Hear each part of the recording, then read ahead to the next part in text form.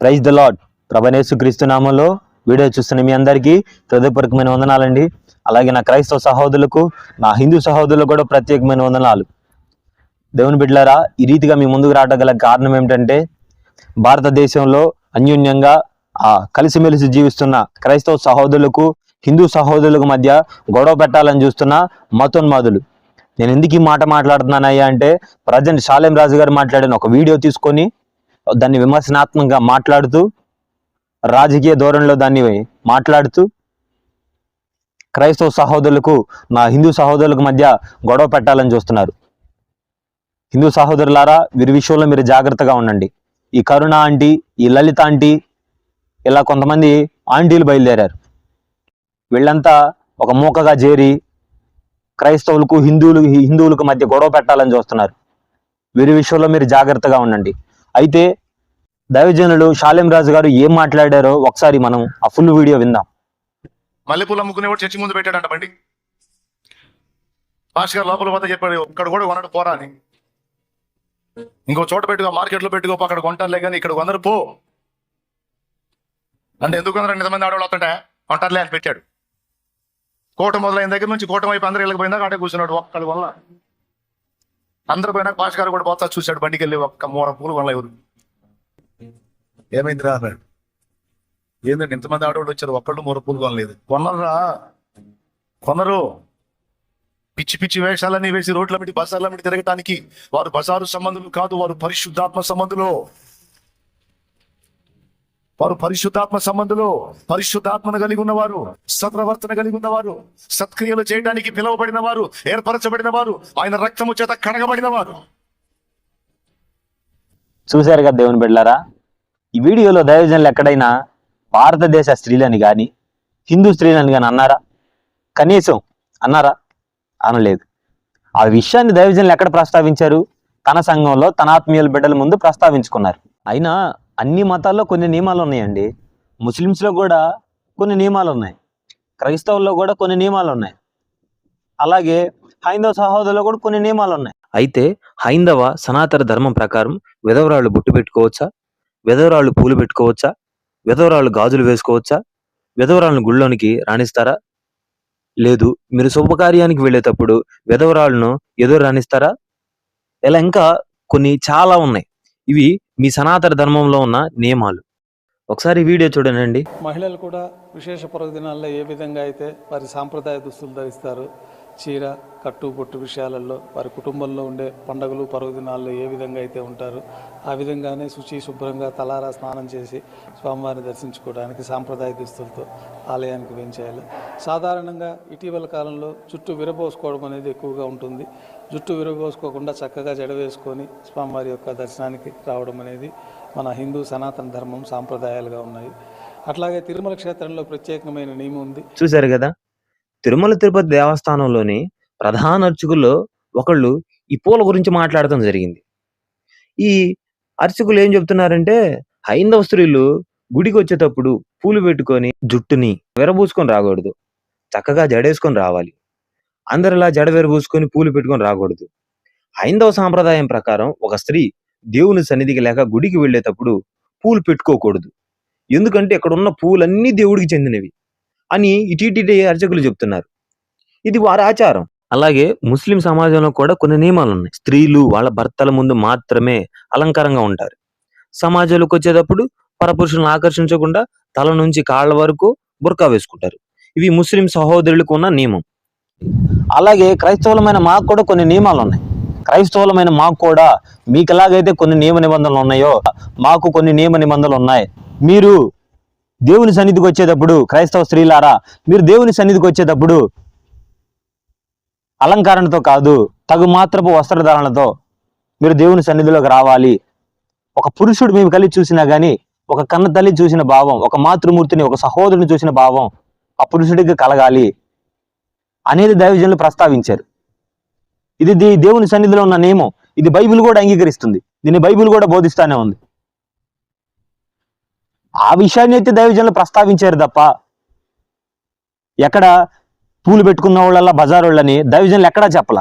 కాబట్టి దేవుని సన్నిధిలోకి వచ్చేటప్పుడు స్త్రీలు పురుషుడు వారి వైపు చూసినా కానీ ఒక మాతృమూర్తిని చూసిన భావం కలగాలి, ఒక సహోదరుని చూసిన భావం కలగాలి. కాబట్టి దేవుని సన్నిధిలోకి వచ్చేటప్పుడు క్రైస్తవ స్త్రీలు పూలు పెట్టుకోరు, పూలు పెట్టుకోకూడదు. అంతేగాని దేవుని సన్నిధిలో ఉన్న నియమాన్ని గురించి దైవజనులు తెలియజేశారు కానీ మరి ఇంకోటైతే కాదు. షాలేం రాజు గారు మల్లెపూలు అంటే ఒక తప్పుడు అభిప్రాయం కలిగేటట్లు చేశారు అంటున్నారు. ఎవరండి? షాలేం రాజు గారు చేశారా? మల్లెపూలు అంటే ఒక తప్పుడు అభిప్రాయం వచ్చేటట్లు షాలేం రాజు గారు చేశారా? షాలేం రాజు గారు కాదండి చేసింది, మీరు మీ కవులు. నిజమండి, మీరు మీ కవులు చేశారు ఇదంతా.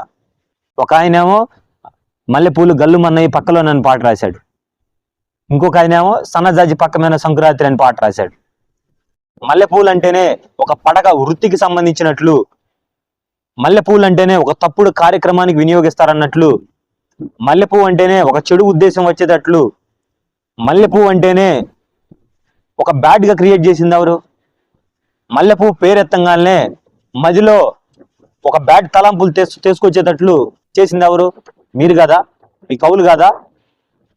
మరి అప్పుడేమైపోయినారా మీ గొంతులు? మరి అప్పుడు మాట్లాడొచ్చుగా.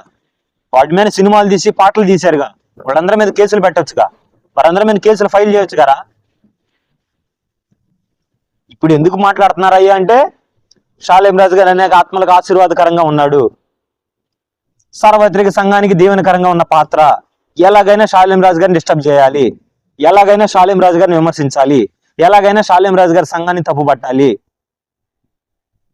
అదే కదా మీరు అనుకుంటుంది, మీరు చేయాలనుకుంటుంది అదే కదా. ఎవరు చేశారు మల్లెపూలని తప్పుగా? మల్లెపూలు అంటేనే ఒక పడక వృత్తికి సంబంధించినట్లు, మల్లెపూలు అంటేనే ఒక చేదరకరమైన వ్యాఖ్యలు చేసినట్లు మీరు చేశారా? మీ కవులు చేశారు. షాలేం రాజు గారు చేయలా, మీరు చేశారా? మీ కవులు చేశారు. తెలియకుండా ఏది పడితే అది మాట్లాడితే సరిపోయింది అనుకుంటున్నారా? గతంలోకి వెళ్ళి మాట్లాడండి, ఏది మాట్లాడినా. మనమేం చెప్పాము ఆ విషయంలో, వాళ్ళు ఏం చెప్పారు? పూలు పెట్టుకుంటే ఎక్కడా తప్పు కాదండి, పూలు పెట్టుకుంటే ఎక్కడా తప్పు కాదు. దైవజనులు ఆ విషయాన్ని అసలు ప్రస్తావించాల. క్రైస్తవ పెళ్లిళ్ళలో కూడా పూలు వాడతారు, క్రైస్తవ పెళ్లిళ్ళలో కూడా పూలు వాడుకుంటారండి. పూలు పెట్టుకున్న వాళ్ళల్లా బజార్ వాళ్ళు అన్నారు, బజార్ వాళ్ళు అన్నారని ఎక్కడన్నారా బజార్ వాళ్ళని? దేవుని సన్నిధిలో కొన్ని నియమ నిబంధనలు ఉన్నాయి. క్రైస్తవులమైన మాకు కూడా మీకు ఎలాగైతే కొన్ని నియమ నిబంధనలు ఉన్నాయో మాకు కొన్ని నియమ నిబంధనలు ఉన్నాయి. షాలేం రాజు గారు మల్లెపువ్వు పెట్టుకుంటే తప్పు అని ఎక్కడా చెప్పలేదండి. క్రైస్తవ పెళ్లిళ్ళలో కూడా మల్లెపూలు వాడుకుంటారు, దండల్లో వాడుకుంటారు, వివాహ కార్యక్రమాల్లో ఫంక్షన్స్ లో క్రైస్తవులు కూడా మల్లెపూలు పెట్టుకుంటారు. అసలు మల్లెపువ్వు ఎందుకు పెట్టుకుంటారయ్యా అంటే స్త్రీలు తమ భర్తల ముందు అందంగా కనిపించడం కోసం, ఒక అలంకరణ కోసం మల్లెపూలు పెట్టుకుంటారు. ఈ విషయాన్ని దైవజనులు ప్రస్తావించారు. ఈ విషయంలో దైవజనులు ఎవరిని తప్పుడుబాటు. అంతేగాని దేవుని సన్నిధిలో ఉన్న నియమాన్ని గురించి దైవజనులు తెలియజేశారు కానీ మరి ఇంకోటైతే కాదు.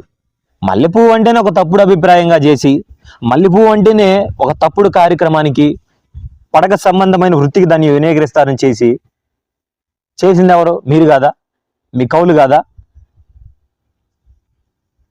ఎంత చెడ్డగా చిత్రీకరించారు. పూలు వాడాలంటేనే వ్యక్తి పుట్టేటట్లు వాటి మీద పాటలు రాశారు, కథలు రాశారు. మీ రచయితలు, మీ కవులు. మీకు నిజంగా జరిగిన ఒక సన్నివేశం చెప్తా. దైవజనులు కూడా దాన్ని అనేక సార్లు ప్రస్తావించారు. భర్త ఇంటికి వచ్చాడు, భర్త మారు మనసు పొందల, భర్త ఇంకా రక్షణ పొందల, అన్యుడిగానే ఉన్నాడు, తాగుతాడు, తిడతాడు, భార్యను ఎలా పడితే అలా కొడతాడు. అయితే ఒకరోజు ఫంక్షన్కి వెళ్ళాలి. ఇంటికి వచ్చి అమ్మాయి రెడీ అవ్వు, ఇవాళ ఫంక్షన్ ఉంది కదా, బంధువులు వస్తారు, రెడీ అవ్వు వెళ్దాం అన్నాడు. వెళ్ళి వాష్రూమ్లోకి వెళ్ళి ఆ సహోదరి అలా మొహం కడుక్కొని ఏదో వరకు అలా కడుక్కొని వచ్చేసి పద వెళ్దాం అని బండి. ఏంది ఇలా ఉన్నాయింది, రెడీ అవ్వమన్నాను కదా, ఎలా వస్తారు ఫంక్షన్ కంటే, ఎందుకు రెడీ అవ్వాలంది. అదేందమ్మా అందరూ వస్తారు కదా ఫంక్షన్కి, వాళ్ళ ముందు మరి ఉండాలి కదా, కొద్దిగా ఆకర్షణీయంగా ఎందుకు కనపడాలి నేను వాళ్ళ ముందు ఆకర్షణీయంగా? నాకు దేవుడు నిన్ను నియమించాడు. ఈ స్త్రీ యేసు ప్రభువుని నమ్ముకుంది, నాకు దేవుడు నిన్ను నియమించాడు. నువ్వు ఏ వస్త్రం కట్టమంటావు చెప్పు, ఆ వస్త్రం కడతా. నువ్వు ఎలా రెడీ అవ్వమంటావు చెప్పు, అలా రెడీ అవుతా. నువ్వే పూలు పెట్టమంటావో, ఏ గాజులు వేసుకోమంటావో, ఎలా రెడీ అవ్వమంటావో చెప్పు, నీ ముందు అలా రెడీ అవుతా. పరాయి పురుషుల ముందు పరాయి వ్యక్తి ముందు నాకు అలా రెడీ అవ్వటం ఇష్టం ఉండదు అని చెప్పింది తన భర్తకి. ఇంకెమ్మటే భర్త, నా భార్యలో ఎంత నీతి ఉందా, ఎంత యథార్థత ఉందా, యేసు ప్రభువుని నమ్ముకుంటే ఎలా ఉంటారా అని చెప్పి తర్వాత వారు దేవుని సన్నిధికి వచ్చి రక్షణ పొందాడు. నిజంగా జరిగిన సన్నివేశం అండి ఇది. ఎంత ఆశ్చర్యం! తన భర్త ముందు తన పరిశుద్ధతను కాపాడుకోవడం వల్ల తన భర్త రక్షింపబడ్డాడు కదా. అలా ఉండాలమ్మా మనం. అదమ్మా భక్తి, అదమ్మా జీవితం, అదమ్మా అనుభవం. అలా అమ్మా క్రైస్తవ స్త్రీలు ఉండాల్సింది. పరపురుషులను ఆకర్షించే విధంగా క్రైస్తవ స్త్రీలు బతకూడదు. అది మనకు తగిన మెట్టు కాదు. బైబిల్ మనకు అది బోధించట్లేదు. ఇప్పుడు ఆమె రెడీ అవ్వకపోబట్టే కదా తన భర్త మారు మనసు పొంది రక్షణ పొంది, అప్పుడు దాకా కొడతా తాగుతా తిరుగుతా కుటుంబానికి సమాజానికి అవమానకరంగా ఉన్న వ్యక్తి మార్పు చెంది మారు మనసు పొంది తన కుటుంబానికి ఆశీర్వాదకరంగా అయ్యాడుగా. ఎలాగిది సాధ్యమైంది?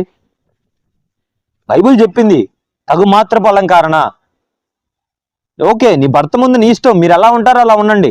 దాని గురించి దైవజనులు కూడా ప్రస్తావించరు. కానీ దేవుని సన్నిధికి వచ్చేటప్పుడు కొన్ని నియమ నిబంధనలు ఉన్నాయి. పురుషుడు వారి వైపు చూసినా కానీ ఆకర్షింపబడేటట్లు ఉండకూడదు. ఇది దేవుని నియమం, ఇది మాకు నేర్పిన నియమం. ఇది దేవుని నమ్ముకున్నాం మేము, ఇది మాకు దేవుడు అనుగ్రహించిన నియమం ఇది. కాబట్టి హైందవ సహోదరులారా, ఈ వీడియో ద్వారా మీకు ఒకటే చెప్పదలుచుకున్నాను. ఎవరండి విమర్శనాత్మకంగా హిందువులను దూషించింది? ఎవరండి మాట్లాడింది? బ్రిటిష్ వాళ్ళకు పుట్టారా మీరు? అన్యమతస్తులరా? మీ తల్లులు అలాగరా? మీ తండ్రులు ఇలాగరా? మీ సంతానం అలాగరా? మీ సంతానమే శాపకరమైన సంతానంరా? ఎడారుల్లో బ్రతికే వాళ్ళరా మీరు? తెల్లవాళ్ళకు పుట్టిన వాళ్ళరా? గొర్రెలరా మీరు? నిజమేనండి, మేము గొర్రెలమే మీరు అన్నట్టు. నేను ఇక్కడ ప్రకటించకూడదు వెళ్ళు అంటే తల ఉంచుకొని వెళ్ళిపోయారే కానీ తిరిగి అక్కడన్నా రివర్స్ అయ్యారా? విమర్శనాత్మకంగా ఎప్పుడూ మాట్లాడలేదండి. పిడిగుద్దులు తిన్నారు, అవమానాలు సహించారు, నిందలు భరించారే కానీ దూషణకు ప్రతి దూషణ క్రైస్తవులు ఎప్పుడూ చేయలేదండి. గాంధీ గారు అంటాడు కదా, ఒక చెంప కొడితే రెండో చెంప చూపించమని. ఆయన తీసుకున్న లేఖన భాగం బైబిల్లోదే, ఆయన తీసుకున్న మాట బైబిల్లోదే.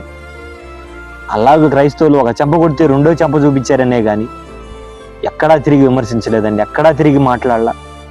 కనుక హైందవ సహోదరులరా, క్రైస్తవులకు హిందువులకు గొడవలు రేగట్టాలని, గొడవలు పెట్టాలని ఒక రాజకీయ ధోరణిలో వీళ్ళంతా ప్రయత్నం చేస్తూ ఉన్నారు. దైవజనులు భారతదేశం పట్ల కానీ క్రైస్తవుల పట్ల కానీ పాటలు కూడా ఉన్నాయి. దీవించు మా తండ్రి అనే పాట రాశారు. మా భారతదేశం నశించిపోతుందయ్యా అని అంగలార్చి ఏడ్చిన ఘట్టాలు మేము కళ్ళారా ఎదురుగుదు. క్రైస్తవుల్ని ఒక దేశ ద్రోహులుగా చిత్రీకరించాలని చేస్తున్న ప్రయత్నం ఇదంతా. నా హైందవ సహోదరులారా, వీరి విషయంలో మీరు జాగ్రత్త, వీరి మాటలు నమ్మొద్దు. మీరు కూడా ఆలోచించండి, మీరు కూడా తెలుసుకోండి. కనుక వీరు ఇటువంటి వారిని అందరినీ మతోన్మాదకు సంబంధించిన వ్యక్తులందరినీ పక్కన పెడతారన్న ఉద్దేశంతో ఈ వీడియో మీతో పంచుకోవడం జరిగింది. నా మాటల్లో ఏమైనా తప్పులు దోషాలుంటే క్షమించండి. వీడియో చూసిన మీ అందరికీ హృదయపూర్వకమైన వందనాలు. సెలవు.